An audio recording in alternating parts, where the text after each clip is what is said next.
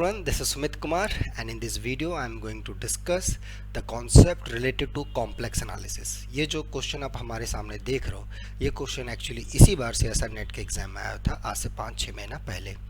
लेकिन हुआ क्या, ये क्वेश्चंस बहुत सारे स्टूडेंट से नहीं बना और बहुतों बार मेरे पास आया, लेकिन कुछ कमिटमेंट की वजह से मैं नहीं कर पाया। रिसेंटली जब से ये नेट के फॉर्म फिलअप्स हुए हैं तब से फिर से स्टूडेंट ने इस क्वेश्चन को भेजना स्टार्ट किया। इनफैक्ट क्वेश्चन के साथ साथ वो सॉल्यूशन भी भेज रहे हैं, तो सॉल्यूशंस भी जो दे रहे थे मुझे मतलब रिग्रेस नहीं लगा कि इसका सॉल्यूशंस का ये अप्रोच है। इवन दो बहुत सारे स्टूडेंट ने तो कुछ वीडियोस भी शेयर किए जिसमें वो सॉल्यूशंस को डिस्कस किया गया, बट ठीक है, चलो मैं दिखाता हूँ इसमें कैसे इस टाइप के क्वेश्चंस को अप्रोच करना है। ये क्वेश्चन में बहुत ही ज़्यादा कहा जाता है कि डीपली वैसा कुछ नहीं है, बट हाँ बेसिक कॉन्सेप्ट यूज़ हुआ है ताकि आप इस क्वेश्चन को अप्रोच कर पाएँ। तो पहले क्वेश्चन समझते हैं कि क्वेश्चन क्या है और इस टाइप के क्वेश्चंस को हम लोग को अप्रोच कैसे करना है।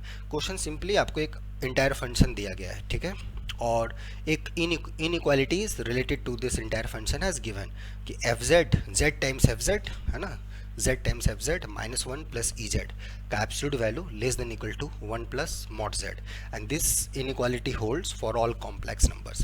Then they are asking about the derivative of f at 0 and double derivative at 0. simple as that. यहाँ पे बस एक प्रॉब्लम ये है कि फंक्शन आपको एक्सप्लिसिटली नहीं दिया गया है। अगर फंक्शन आपको एक्सप्लिसिटली दे देता तब तो डेरिवेटिव आराम से निकाल लेते, लेकिन उसके जगह पर इसने एक इनइक्वालिटीज दे दिया है। तो अब ये चीज़ यहाँ पर ये आता है कि इस टाइप के क्वेश्चंस को आप कैसे अप्रोच करोगे, राइट, किस टाइप से आप ऐसे चीज़ों को जाओगे, वो चीज़। और बहुत सारे स्टूडेंट्स को इसमें दिक्कत हो रहा है, तो चलिए देखते हैं कैसे इस टाइप के क्वेश्चंस को हम लोग अप्रोच करेंगे। So given entire function such that this hold, then what you can say about the derivative and double derivatives. Okay, so solution, I always start how to approach, कैसे इस type के questions को हम लोग approach करेंगे और generally क्या इसमें दिक्कत होता है। तो दिक्कत पे आऊँ, पहले तो एक दो चीज़ जो बेसिक चीज़ है उसको मैं रिकॉल करता हूँ। सो recall some basic facts.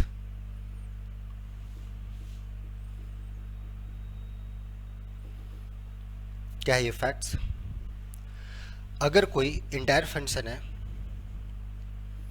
If F is entire and bounded, ठीक है, देन एफ इज कांस्टेंट। बस इतना ही फैक्ट मैं यूज करूंगा इस बार, और कुछ नहीं, इससे ज्यादा कुछ नहीं, that's it, nothing more than that. Okay everyone, बस इतना ही चीजें यूज होंगी यहाँ पर। क्या यूज होंगी? कोई इंटायर फंक्शन है, अगर वो बाउंडेड है तो वो कांस्टेंट होगा। और आई होप ये रिजल्ट्स आप लोगों ने बहुत बार देखा होगा, इसको हम लोग लीवलिस थ्योरम भी बोलते हैं, सो एंड सो फोर्थ। बस यही चीज़ मैं यहाँ पे यूज़ करूँगा to answer particularly this question. तो चलिए देखते हैं कैसे इसको हम लोग अप्रोच करेंगे। ओके ठीक है, तो पहली बात, यहाँ पे गिवन इनक्वालिटीज़ क्या है? सो गिवन है, what is given? Given is this कि ये z times your fz minus 1 ez, okay, this is inequality less than equal to 1 plus mod z. This is given for all z. यहाँ पे लोगों से दिक्कत क्या हुआ? यहाँ पे बहुत सारे लोगों से दिक्कत क्या हुआ कि ठीक है ये होल्ड हो रहा है फॉर ऑल जेड, चलो इसका मिनिमम वैल्यू ले लेते हैं 0, so this is equal to 0। यहीं पे प्रॉब्लम है। आंसर उनका आ गया, आंसर सही आ गया, आंसर भी सही आ गया, मजेदार बात है कि आंसर भी सही आ गया, तो ये 0 इन्होंने ले लिया इसको। मतलब उसके पीछे का कोई रीज़न नहीं दिया कि अच्छा because of this, because of so and so forth. ऐसा नहीं है कि कोई भी फंक्शन इस टाइप का चीज़ को सेटिस्फाई करे तो आप उसको 0 ले लोगे।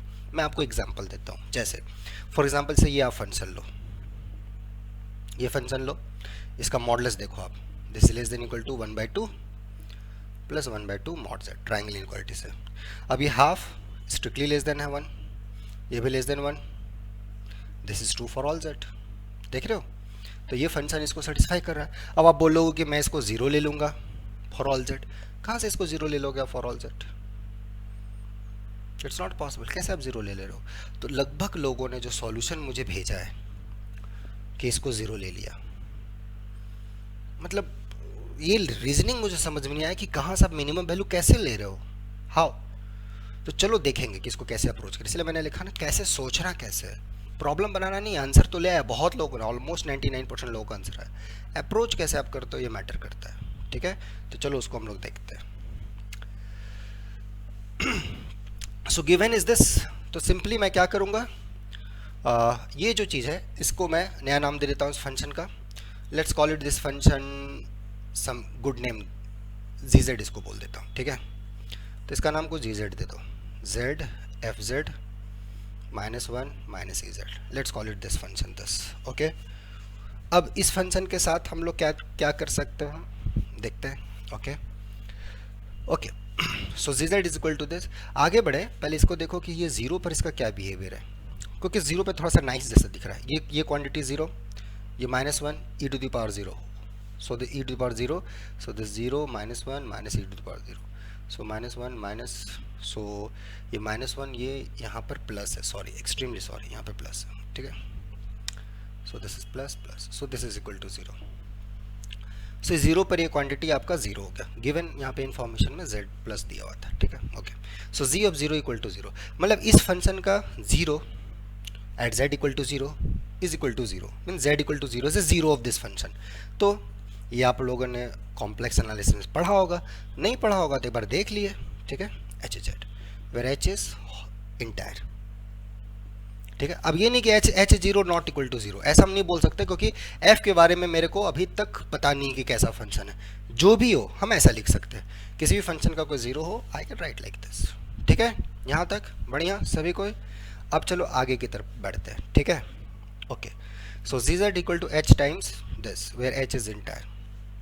एक बार और नज़र घुमा लेते हैं कि चीज़ों में कुछ और है, यहाँ 1 प्लस जेड है, अब उसकी तरफ हम लोग इशारा करते हैं। तो अब इस इन्फॉर्मेशन को एक साथ ऐसे लिखें, क्योंकि mod of G Z less than equal to this था, so Z times H of Z का modulus less than equal to 1 plus mod Z, this is true for all Z, ठीक है। तो यहाँ से एक चीज़ हम लोग ये कर सकते हैं, अगर z हम नॉट इक्वल टू ज़ीरो लें, तो क्योंकि ऑल z के लिए ट्रू है, तो z not equal to zero के लिए भी ट्रू होगा।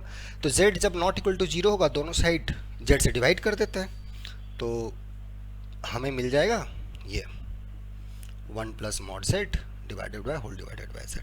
कब? जब z not equal to zero, जब ये अपना z not equal to zero होगा उस केस में, ठीक है।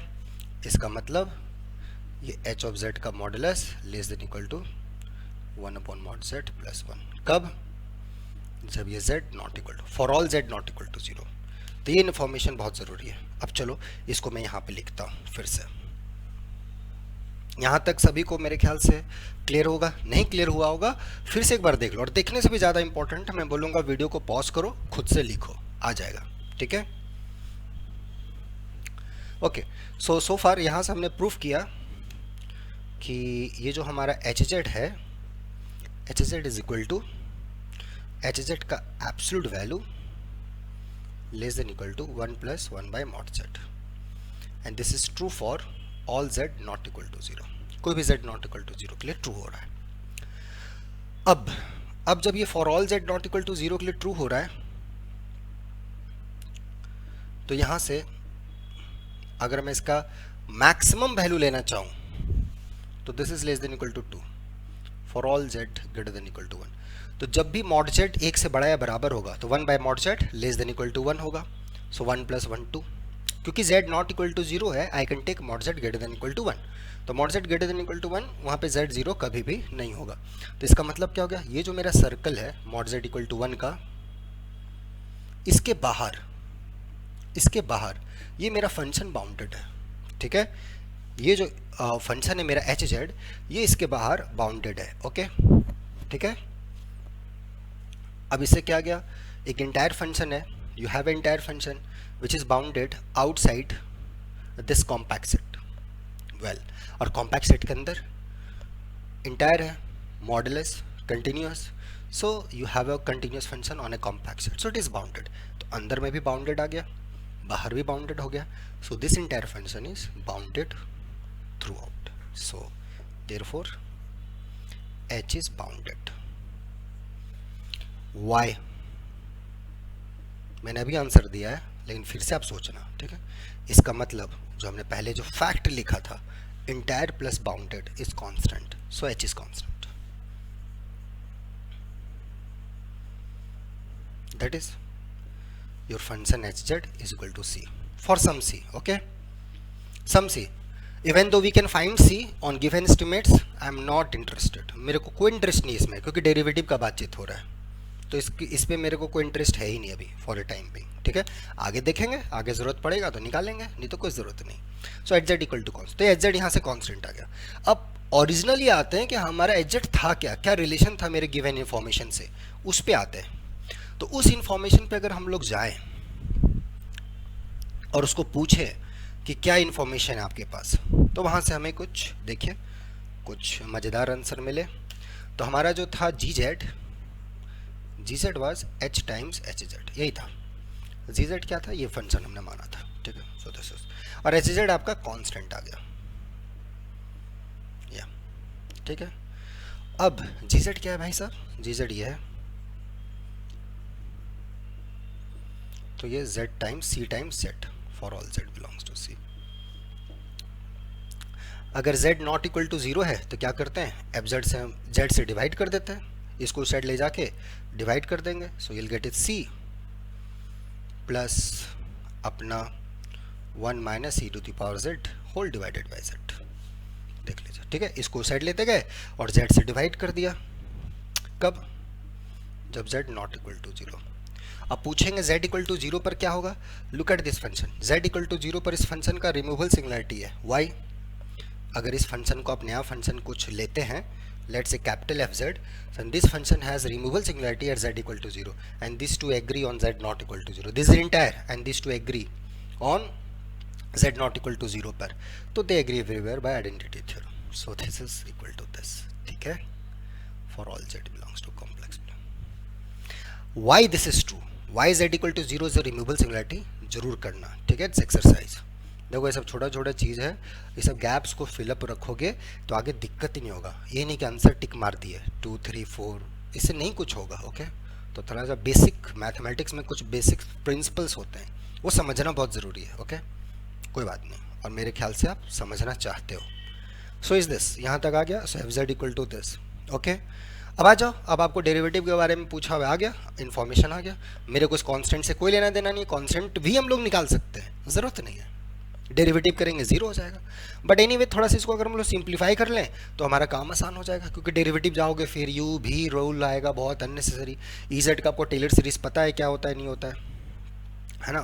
तो ये 1 माइनस ई जेड आपको पता ही है क्या होता है, 1 plus Z square by 2 factorial plus Z cube by 3 factorial and so forth, correct है, whole divided by Z, right, यहाँ तक।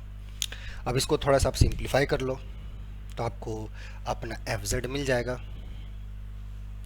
सो what is the F Z, इसको थोड़ा सिंप्लीफाई करने के बाद what you will get it, देखिए। So therefore F Z is equal to ये सी, ये 1, ये -1 cancel, so will get it minus common ही कर लो आप, ठीक है। आपको फिर z के भी साथ आप कैंसिल कर लोगे, बोले थे removal singularity z, you can cancel it. So 1, so z के साथ 1 plus z by 2 factorial plus Z cube आ जाएगा Z square upon 3 factorial and so forth, ऐसा चलता जाएगा विथ नेगेटिव साइन। देख लीजिए पहले अच्छे से, ओके एवरीवन, है ना, देख लीजिए, ठीक है यहाँ तक, ओके। तो यहाँ तक आपका हो गया, आपने ये लिया था, यहाँ से -+1 कैंसिल करके जो भी आपके नेगेटिव्स वैल्यूज़ आए उसको मैनिपुलेट करा, ये वैल्यू आ गया, ठीक है। अब now F Z is very simple, C minus this and that, और now you can take the derivative. आप बोलोगे सर जेड कैसे कैंसिल हो रहा है, जेड 0 हो गया, तो वो रिमूवल सिंगुलरिटी हो, टेलर से लेके अपना काम करो, रिमूवल सिंगुलरिटी का डेफिनेशन पढ़ो क्या होता है नहीं होता है, उसके बाद ये आप आराम से लिखोगे, और जब लिखोगे आप 100% श्योर होगे और कॉन्फिडेंट रहोगे। लेकिन उस पोजीशन तक रीच करने में बहुत मेहनत करना पड़ता है, ठीक है, और वो मेहनत करना चाहते हो आप लोग, ठीक है। तो कॉन्सेप्ट में अगर कोई प्रॉब्लम हो, डरो मत, सीखने का कोशिश करो, उसमें लगता है कि नहीं I need a mentorship, I need a guidance, तो मेल करो, ओके। रेगुलर बैचेस यहाँ चलती हैं, कोई दिक्कत नहीं है। अब इसके बाद आप इसके यहाँ पे डेरिवेटिव्स पे आ जाओ अपना।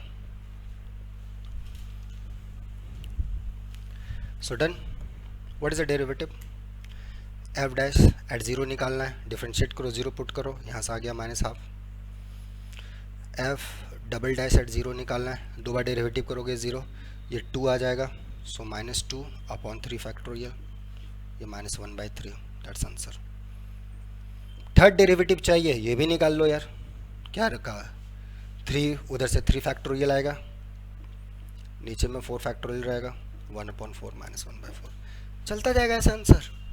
Third derivative, fourth derivative, fifth derivative, six derivative, सब आंसर तैयार है। पूछो जो पूछना है आपको, पूछो जो पूछना है, राइट। कॉन्सेप्ट का फायदा तो ये होता है, ओके। कैसे सीखना है क्वेश्चंस को, तब आराम से आप आंसर को टिक मारो। वैसे नहीं कि अच्छा ये लेस देन मिनिमम है, इसको जीरो ले लिए।